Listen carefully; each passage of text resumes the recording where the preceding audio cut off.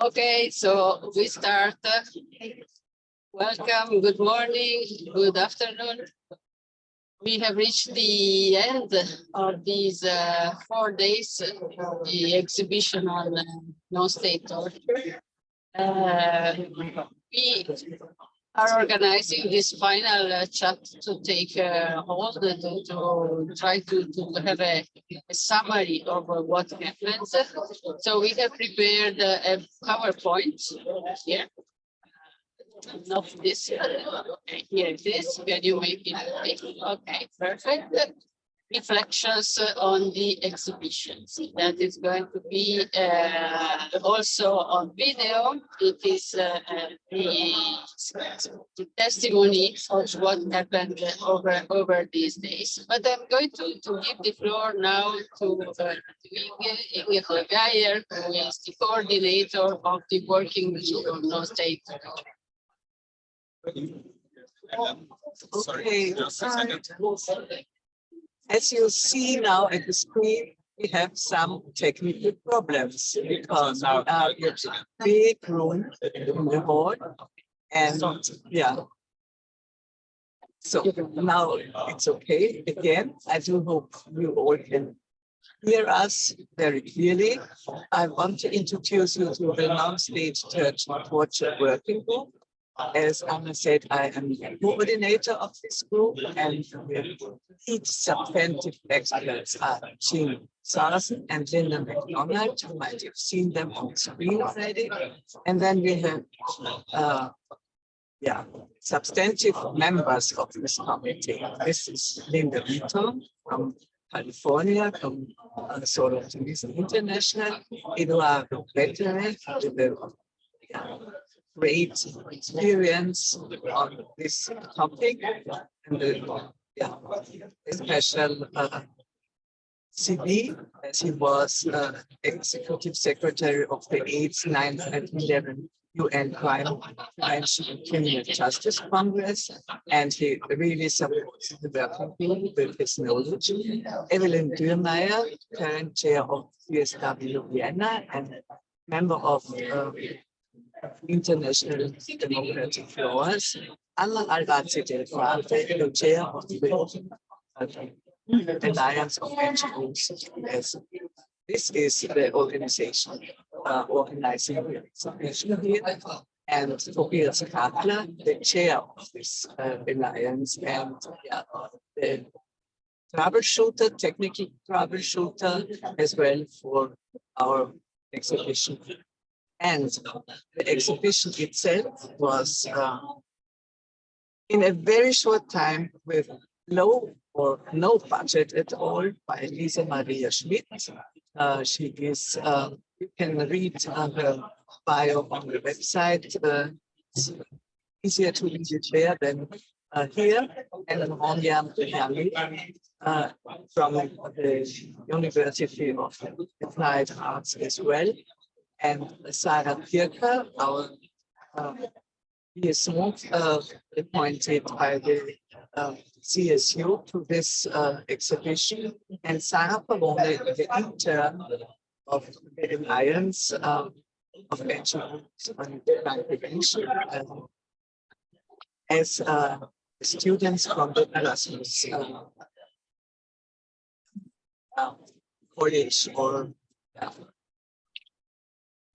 we started this 4 days on November 14th with an opening ceremony with Jean-Luc Demareux, Yulissa Villanueva, Otto Korhonen introduced Arne Kinnunen from the Ministry of Justice of Finland. Honduras and Finland are the supporters of this exhibition as member states, and as well supporting us for a declaration on torture inflicted by non-state actors. For the next slide, please. On November 15th, we were discussing widely the declaration of torture by non-state actors, with statements by Linda Saracen and Linda McDonald, a very strong statement with a history of Convention of Torture by Eduardo Veteran. The next slide, please. On November 16th, we had here Linda Beaton on the screen with a very strong statement, and also Roga with some troubles to get into the UN building, as the underground currently does not stop on every side at the big station now. So, but every ended quite well, and she made a strong statement for the victims of gender-based violence. And Eduardo Vetter again pushed us how to proceed with the declaration of torture inflicted by non-state actors. And this was facilitated by Anna Albazzi Frate today. So actually, this is what we discussed yesterday. Well, this is the core of our discussions. No one shall be subjected to torture or to cruel, inhuman, or degrading treatment or punishment. So established by the itself.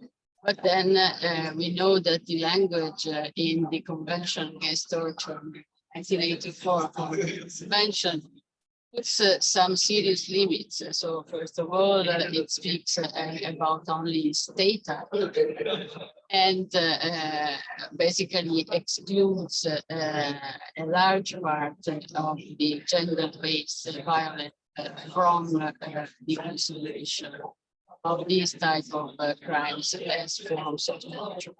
So we have decided to keep this slide as a basis for our next talk.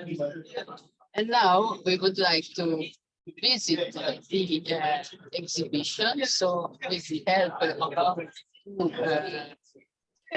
artists, and I don't know if they are ready. Yes, they are. And so I would like to give the floor. So you can draw. Yes, we are ready.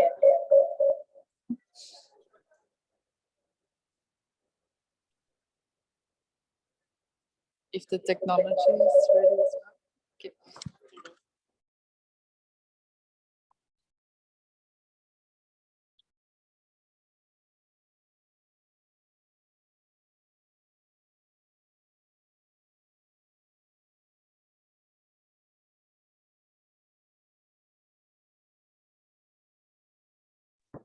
Okay. I think it's working now because I'm talking into the microphone, so.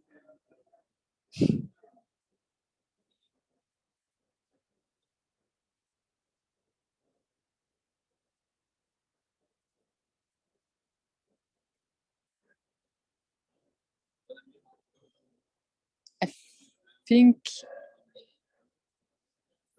we can hear you, Lisa Maria. I think it's working, right? Yes. Yeah. Okay. So thank you, Toby. Yes. So me and my colleague Ronja Janu, and I'm Lisa Maria Schmidt. We're gonna give you a little overview now of the exhibition. So we are here on the first slide. Sorry, can you go one back? Thanks. As you can see here, this is one of the booths we set up, one that we are actually sitting in right now and having this talk. It's it consists of a car seat and pin walls hung over, where fabric is hung over. And in the booths, you can the viewer can experience the videos that Linda and Jean produced of the victims. Some statements of victims that were confronted with non-state torture. And this is, so to say, the centerpiece of the exhibition. And then at the center, yes, Ronja will tell you something about it. Yeah, so in the middle you can see white tables, and in the center of those white tables there is the book with the research of Jean Sarson and Linda McDonald, and above the book there is also the poster, which really should put the focus on how global the issue of non-state torture is. And in the side pieces, as you can see also on the pictures here, we exhibited the daily items which are used as torture tools. This was inspired by one of the victims' arts, Elizabeth Gordon's postcards picture. And there you have various items such as a light bulb, a belt, toys, and also candy, which amplifies the use of drugging during non-state torture. And with that, it was really important to us to show that even like small items which we use in daily situations can be torture tools for victims. And then the next slide. Yeah, and finally on the back side of the exhibition, we have the art pieces that the victims themselves actually created and produced. And with these, they are really speaking for themselves. They are kind of, some of them are super abstract, some of them are very defined. But in every piece, in every single piece, you can see how the emotion drove the artist to this horrible, like not horrible, but how the horrible situation drove the artist to express themselves in this way. And they are amazing, and I would really invite you to look through them more closely. And after all, we just wanted to say that we were very honored to be part of the working group and to contribute to such an important global topic of non-state torture and gender-based violence. Thank you. That's wonderful.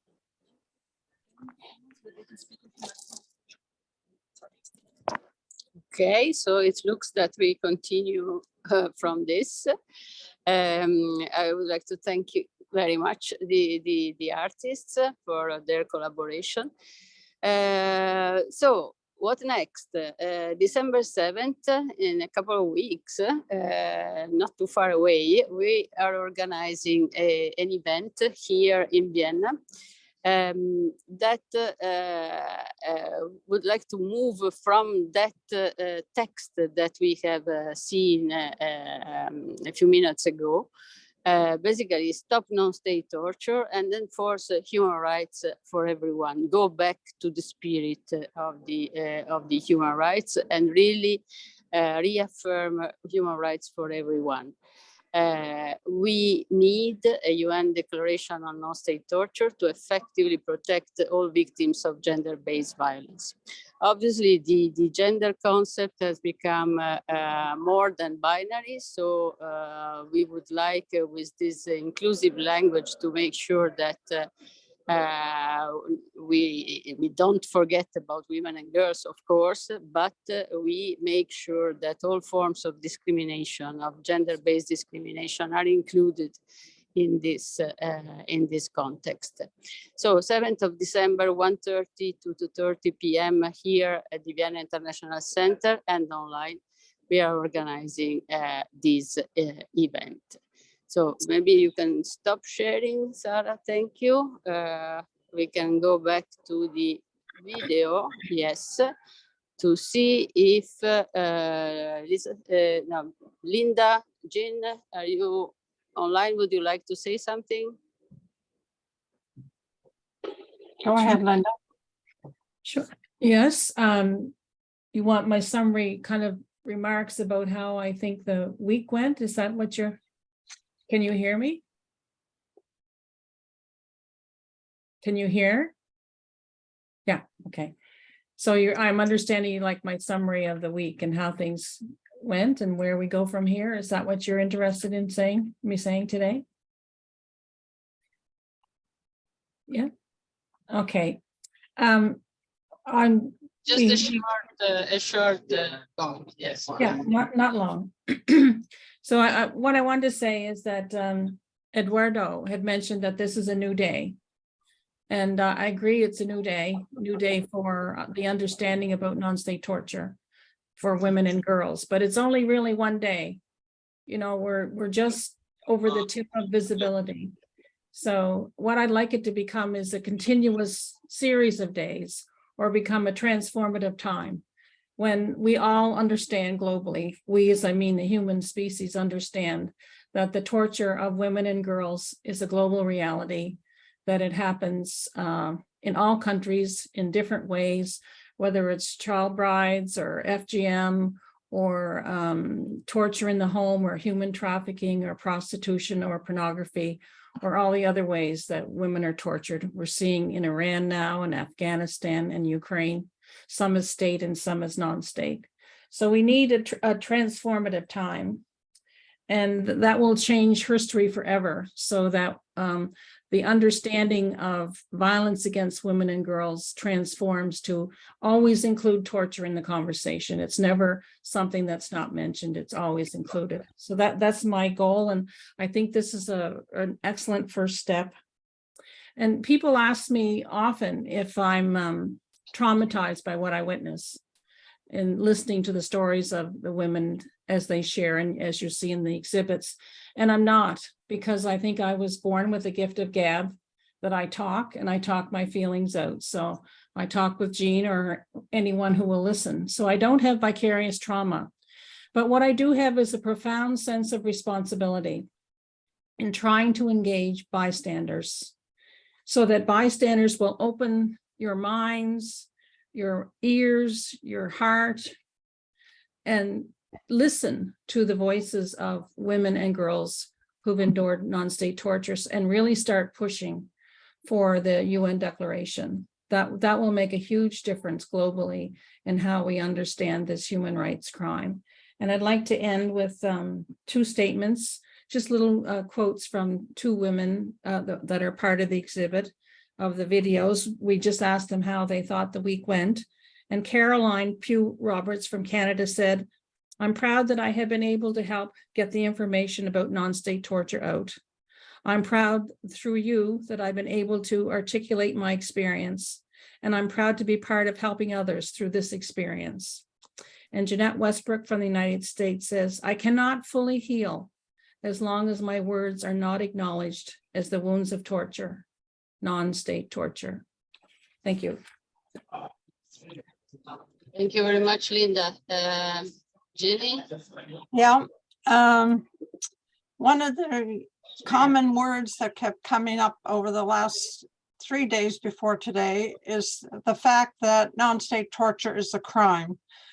And Sarah, who is also part of the exhibition, I don't know how many times she said to me, but it makes common sense that this should be understood as a crime.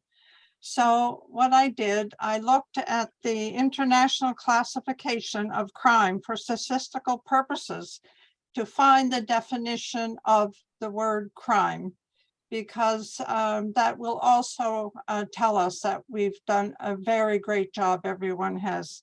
So what they've said is that it defines the actions of the perpetrators. So I think the women have explained the actions of the perpetrators. 2 was the intentionality. Torture victimization is never an accident. And you've got the tools there. Women have shared how they were used. So the intentionality has also been shown.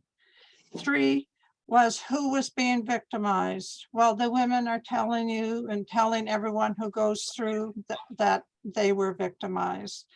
And also the 4th point is, what is the relationship between, in this case, the non-state torturer and those they torture? And the women have also shared that. So I think looking at the word crime, we don't have to think it's common sense. I think there is some definition that we can rely on. So I think in that case, we've been very successful. And like Linda, I'd like to add a few comments from the women who have been such an important part of this exhibition. And what it has been is that for Elizabeth, she said, so this is what it feels like to be a person recognized by a community. So you may not have thought about that, but you have, all of you, contributed to making a sense of community. Because we also talked yesterday about the invisibility. So the invisibility has been evaporating through this exhibition. And for Alex, she said, thanks for the opportunity for letting me go for it. So what you might not understand is that we've never said this before, that many of the people, the women who have spoken and the men and the other advocates, many of them have never spoken before. So this is the first time for many of them for breaking the silence. So that's a very important achievement. It's an achievement of trust and in the community. So thank you very much. I'm very appreciative of all your work.